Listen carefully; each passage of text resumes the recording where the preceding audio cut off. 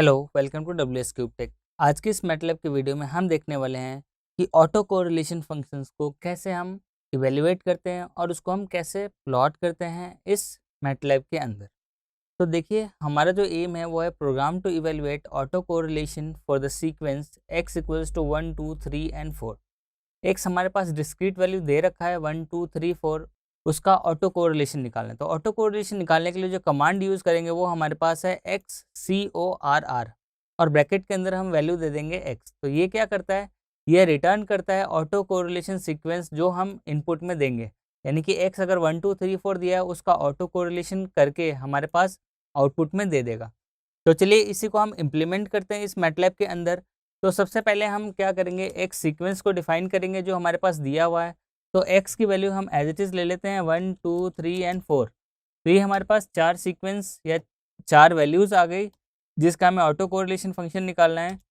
अब हमें आउटपुट चाहिए। आउटपुट में क्या चाहिए, हम ले लेते हैं वेरिएबल सपोज y के अंदर हमारे पास रिटर्न क्या हो जाना चाहिए, ऑटो कोरिलेशन फंक्शन। तो हम यहाँ पे जो कमांड लेंगे वो equals to x c o r r, और यहाँ पे ले लेंगे x।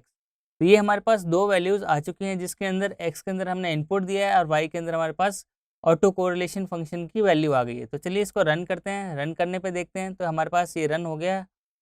रन होने के बाद हम अगर x की वैल्यू तो हमारे पास पता है 1 2 3 4 है, लेकिन y की वैल्यू क्या है उसको चेक करने के लिए यहाँ पे कमांड विंडो के अंदर y एंटर करके हम एंटर करते हैं। तो वैल्यू आ गई 4 11 20 30 20 11 एंड 4। तो यानी कि ऑटो कोरिलेशन करने के बाद ये हमारे पास आउटपुट आ रहा है 4 11 20 30 20 11 एंड 4।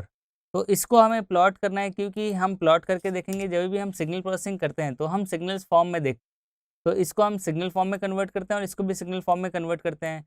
एक्स कोरिलेशन या फिर ऑटो कोरिलेशन फंक्शन का थ्योरी हम सिग्नल के अंदर या सिग्नल प्रोसेसिंग के अंदर देख सकते हैं कि कैसे मल्टीप्लिकेशन और कैसे सीक्वेंस बाय सीक्वेंस मल्टीप्लाई होता है। तो वो मैं थ्योरी यहाँ पे डिस्कस नहीं कर रहा हूँ, यहाँ पे सिर्फ और सिर्फ आपको प्लॉट करना सिखा रहा हूँ और उसके कमांड यूज़ करना कि अगर आपको किसी भी सिग्नल का ऑटो कोरिलेशन फंक्शन प्लॉट करना हो या यूज़ करना हो तो कौन से कमांड के थ्रू या कौन से फंक्शन के थ्रू हम उसको ऑटो कोरिलेशन फंक्शन यूज़ कर सकते हैं। तो चलिए मैं इसको सिग्नल फॉर्म में इसको प्लॉट करता हूँ और इसको सिग्नल फॉर्म में, और फिर देखते हैं दोनों का डिफ्रेंसिएशन कैसे दिखता है। तो एक्स हमने ले रखा है, अब हमें क्या करना है, सब प्लॉट कमांड का यूज़ करना है। सब प्लॉट कमांड ऑलमोस्ट हमारे मैक्सिमम प्रोग्राम में यूज़ हुए हुए हैं। सब प्लॉट इसलिए आता है कि ताकि हम सिग्नल को डिफ्रेंशिएट कर सकें और उसको एक साथ एक विंडो पे देख सकें अलग अलग प्लॉट को। तो हमने सब प्लॉट 2 रोज 1,1 ले रखा है, उसके अंदर हम प्लॉट क्या कर रहे हैं, एक्स। प्लॉट करने के बजाय हम क्या करेंगे, स्टेम लेंगे, क्योंकि हमें डिस्क्रीट वैल्यू के लिए हमारे पास जो कोरिलेशन फंक्शन होता है वो यूज़ में आता है। तो हम यहाँ पे ले लेते हैं स्टेम एक्स। अब हम इसके अंदर लेबलिंग चाहे तो कर सकते हैं, एक्स लेबल और वाई लेबल। तो यहाँ पे दे देते हैं लेबलिंग के लिए एक्स लेबल। अब इसके अंदर हम एक्स क्या ले रहे हैं, एक्स हमारे पास इनपुट है, तो हम directly as an input x लिख देते हैं ताकि हमें पता चले कि हमारे पास इनपुट क्या है। फिर वाई लेबल, वाई लेबल में हमारे पास कोरिलेटेड फंक्शन आएगा, तो हम लिख देते हैं आउटपुट या फिर एम्पलीट्यूड लिख देते हैं, एम्पलीट्यूड ऑफ कोरिलेटेड फंक्शन आएगा। तो हम यहाँ जस्ट एम्पलीट्यूड मार्क कर देते हैं। और टाइटल के अंदर हम लिख सकते हैं कि ये हमारे पास ऑटो कोरिलेटेड फंक्शन या ऑटो कोरिलेशन आउटपुट में आ रहा है। तो हम इसको लिख देते हैं ऑटो कोरिलेशन। तो ये हमने लिख दिया ऑटो कोरिलेशन सिग्नल। तो ये हमारा फर्स्ट पार्ट हो गया। अब इसी के अंदर सब प्लॉट का यूज़ लेते हुए दूसरा प्लॉट यूज़ करेंगे। तो यहाँ पे देखिए कॉपी कर लिया, यहाँ पे मैंने पेस्ट कर लिया। सब प्लॉट के अंदर पोजीशन चेंज कर देंगे सेकंड, और इसके अंदर अब हम प्लॉट के लिए कमांड लेंगे वो है स्टेम। स्टेम के अंदर अब हम ऑटो कोरिलेशन फंक्शन को प्लॉट करने वाले हैं। यहाँ पे ध्यान दीजिए ये ऑटो कोरिलेशन फंक्शन नहीं था, ये जस्ट हमारे पास इनपुट सीक्वेंस था। तो हम लिख देते हैं यहाँ पे input sequence auto correlation function. अब हम प्लॉट करेंगे जो y के अंदर आउटपुट आ रहा है, और इसको एज इट इज़ यहाँ पे एक्स लेबल, वाई लेबल और टाइटल को कॉपी कर लेते हैं।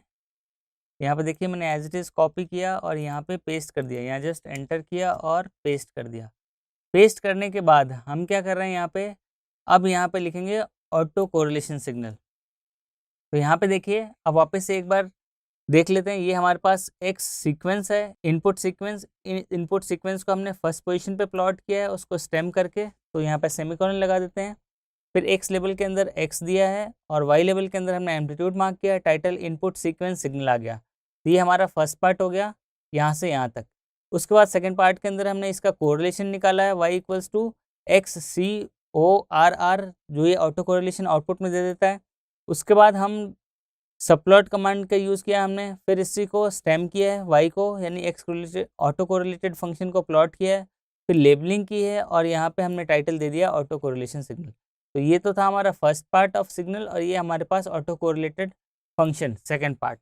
अब हमने दोनों को प्लॉट सब प्लॉट करके इस प्रोग्राम को लिख दिया। अब चलिए इसको रन करते हैं और फिर देखते हैं। तो रन करने के बाद ये देखिए हमारे पास पहला जो सीक्वेंस था वो था हमारे पास 1 2 3 एंड 4। तो 1 की जगह वैल्यू आई है, 2 की जगह वैल्यू आई है, 3 की जगह 3 और 4 की जगह 4। जब इसका ऑटो कोरिलेशन फंक्शन करते हैं तो हमारे पास 4 11 ये सारी वैल्यूज़ आ रही है। यहाँ पे देख सकते हैं आप वाई की वैल्यू आ रही है, वही हमारे पास प्लॉट होके भी आया है तो उसको देख सकते हैं। यहाँ 4 है, 2 की जगह 11 आएगा, यहाँ पे देखेंगे तो 11 है, फिर 20 आएगा, फिर 30 आएगा, फिर 20 और फिर वापस 11 एंड अगेन 4। तो ये 7 वैल्यूज़ आई हैं इसको ऑटो कोरिलेट करने के बाद। इसी तरीके से हम किसी भी सिग्नल का ऑटो कोरिलेशन फंक्शन निकाल सकते हैं, क्योंकि सिग्नल प्रोसेसिंग में ऑटो कोरिलेशन और क्रॉस कोरिलेशन का बहुत मेजर रोल होता है। किसी सिग्नल के अंदर हम उसकी एनालिसिस करना चाहते हैं तो उसके लिए हमारे पास 2 सिग्नल्स या सीक्वेंस होने चाहिए। उस सिग्नल के सीक्वेंस को हम ऑटो कोरिलेशन फंक्शन यूज़ करके हम प्लॉट कर सकते हैं। तो चलिए ये तो था ऑटो कोरिलेशन फंक्शन, जो कि हमने डायरेक्टली 4 वैल्यूज़ के लिए किया। इसी के अंदर अगर मैं वैल्यूज़ इंक्रीज़ कर देता हूँ, सपोज़ यहाँ पे मैं 0 ले लेता हूँ और 6 ले लेता हूँ और फिर इसको रन करता हूँ, फिर क्या आता है आउटपुट ये देख सकते हैं आप। ये देखिए प्लॉट के अंदर चेंज होके आ गया। तो यहाँ पे हमने वैल्यूज़ अलग-अलग ले ली, 1 2 3 4 0 एंड 6। तो ये आया 1 2 3 4 0 एंड 6। तो इसका ऑटो कोरिलेशन फंक्शन इस टाइप से आ रहा है, जिसके अंदर हम वैल्यूज़ चेक कर सकते हैं रन करने के बाद। तो एक बार इस प्रोग्राम के अंदर मैं CLC कमांड का यूज़ लेता हूँ और फिर y की वैल्यू को चेक करेंगे। तो यहाँ पे CLC कमांड यूज़ किया और इसके अंदर y की वैल्यू अब 11 वैल्यूज़ आ रही हैं और फिर रन किया तो ये हमारे पास वैल्यूज़ आ गई जो प्लॉट होके आ रही है हमारे पास, या बोल सकते हैं ऑटो कोरिलेशन होने के बाद जो वैल्यूज़ आ रही है वो हमारे पास ये आ रही है। और यही हम जब इसको स्टेम करेंगे तो ये प्लॉट हो जाएगा। तो प्लॉट होने के लिए हमारे पास इस वेव फॉर्म में इस टाइप का दिखेगा ऑटो कोरिलेशन सिग्नल। तो चलिए इस वीडियो में इतना ही, मिलते हैं अगले वीडियो में। Thank you.